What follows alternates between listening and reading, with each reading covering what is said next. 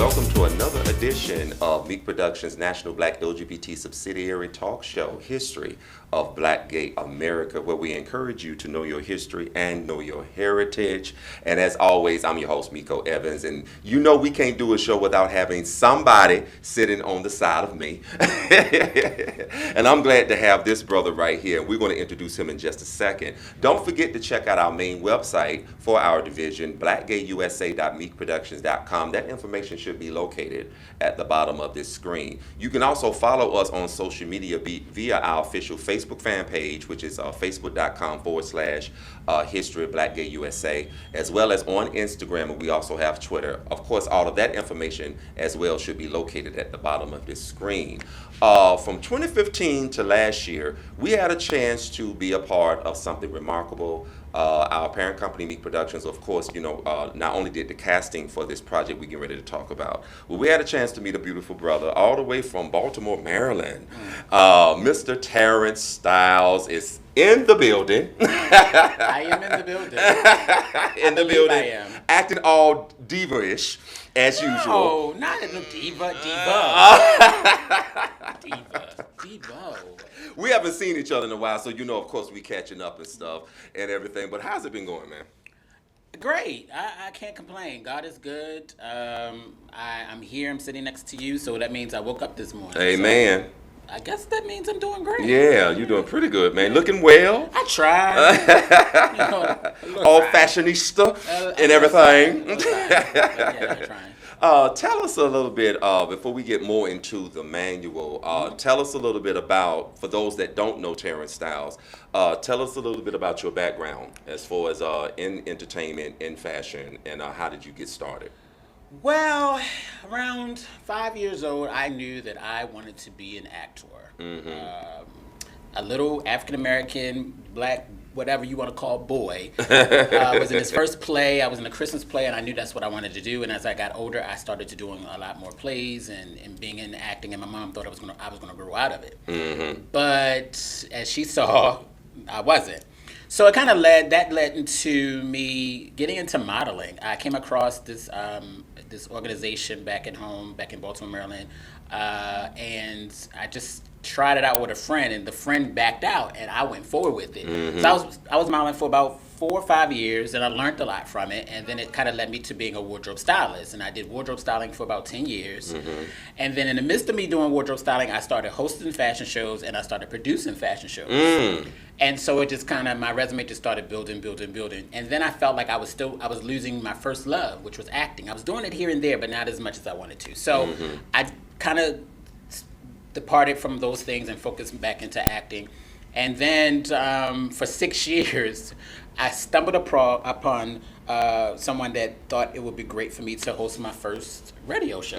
So I did that for 6 years. So that was something else that built on my resume. Yeah. And then in 2015, I decided to move to Atlanta.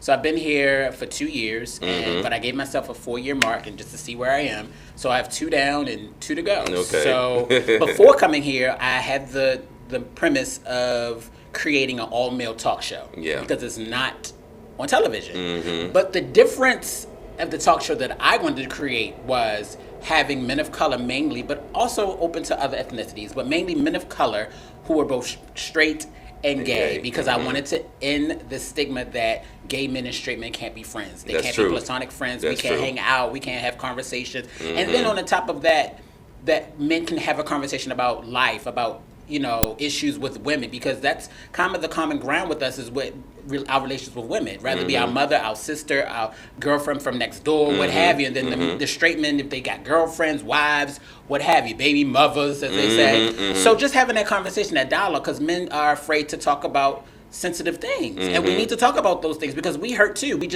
have things so much bottled up that we become angry people. And I wanted to have a platform that we can be open and just let it out, regardless of what our differences are, regardless if we agree, we disagree, and who knows, we may come out and we may have more in common than what people may have thought from the beginning. So that's why I created the manual.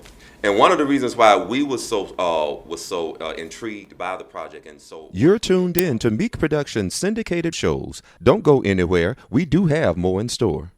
You're in the middle of the world, man. Moonlight is the winner of 3 Academy Awards, including Best Picture of the Year. It's a game changer and a flat-out masterpiece. Moonlight, available everywhere.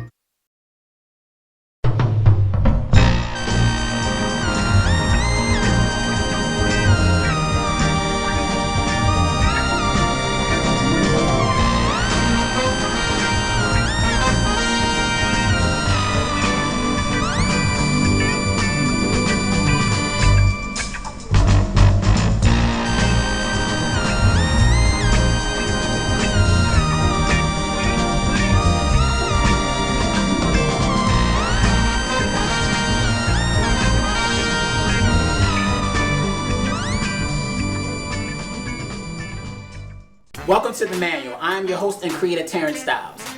This show brings to you men from all walks of life to discuss what we endured during our lifetime, despite our ethnicity, education, economic class, religion, and most importantly, our sexual orientation. Hi, my name is Jeffrey Miller.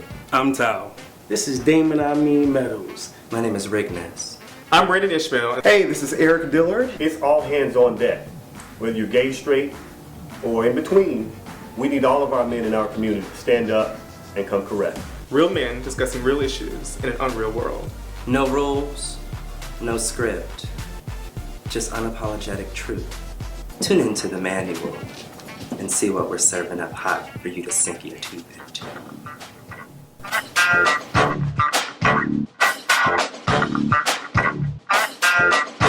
Greetings, this is Dedrick Tillerson, founder of For Us Sports, encouraging you to know your history and know your heritage on Meak Productions presents History of Black Gay America. And one of the reasons why we was so intrigued by the project and so wanted to be a part of it was because not only with the vision that you just explained about it, but looking at the fact that something like this has never been done. Mm-hmm. Something like this is really not just definitely needed, but desperately needed. Yes, desperately. To heal the divide. Yes.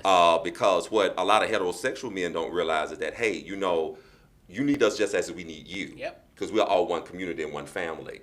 And, both masculine men, we have both masculine and feminine energies. Mm-hmm. And having that dynamic in one room can help, not only settle a lot of differences, but heal a lot of wounds as well. Absolutely. Well, the one thing that heterosexual men fail to realize that they have feminine traits too. Mm-hmm, mm-hmm. It's just that they don't tap into it as much as homosexual men do. Mm-hmm, so, and then some of that could come out if you just have that open dialogue and don't be afraid. It's a no judgment zone. Mm-hmm. Yes, I may not agree with what you just said, but I'm not going to judge you for who you are. This is maybe the way you were brought up, your mental process. Yes. Who knows? But I'm here to give you something different. Thank you. And just because you express that feminine side of you, it doesn't mean that you're gay. Right. No, not at all. And that's what I love about this show, because it's breaking a lot of stereotypes. Absolutely. And it's actually, like you just said, everything is just put on the table. We talk about various issues and all these men in one room. Yes. First of all, I commend you for this, because this is historical and it's never been done before. And so we are very excited to be a part of it. So thank you for the opportunity. Thank you. We're glad to support it. Tell us a little bit more about, because I know once we go to get back from our commercial break, we're going to be talking about the various topics that you are going to talk about, as well as the actual upcoming screening premiere of The Manual, which is going to be taking place March the 12th, later on this month. So be sure to find out more information about that. That information is provided at the bottom of the screen. Of course, we're going to be there to provide additional media coverage, but get more into what does this project mean for you? This project is another baby of mine. It's like how you have a tree. It's another branch to Teronce Styyles. I've done acting. I'm still pursuing acting as I speak right now. Fashion, hosting fashion shows, having a radio show for 6 years. It's just another branch to who I am. And this is like probably one of the most passionate projects that I've done in quite some time. I thought my radio show was passion. But this one is this one is very much very near and dear to me. Mm-hmm. So I want people to come out and see the premiere and just tell another person, and eventually I want this on, national TV, you know, cable TV, Hulu, Netflix, what have you. I just want people to embrace it. I want the sponsorship to come in because we need this. We need this. We need it for men of color. We need it for men of color that are gay. We need it for men of color that are straight. We need it for women of color. We need it for all types of people. So, and just be able to build on what we've already done. Gotcha. Yeah. On that note, we're going to take a commercial break, our only commercial break for the show. When we come back, we have more with the Teronce Styyles Experience. Jazz hands. That's right, baby. Stay tuned. We'll be right back.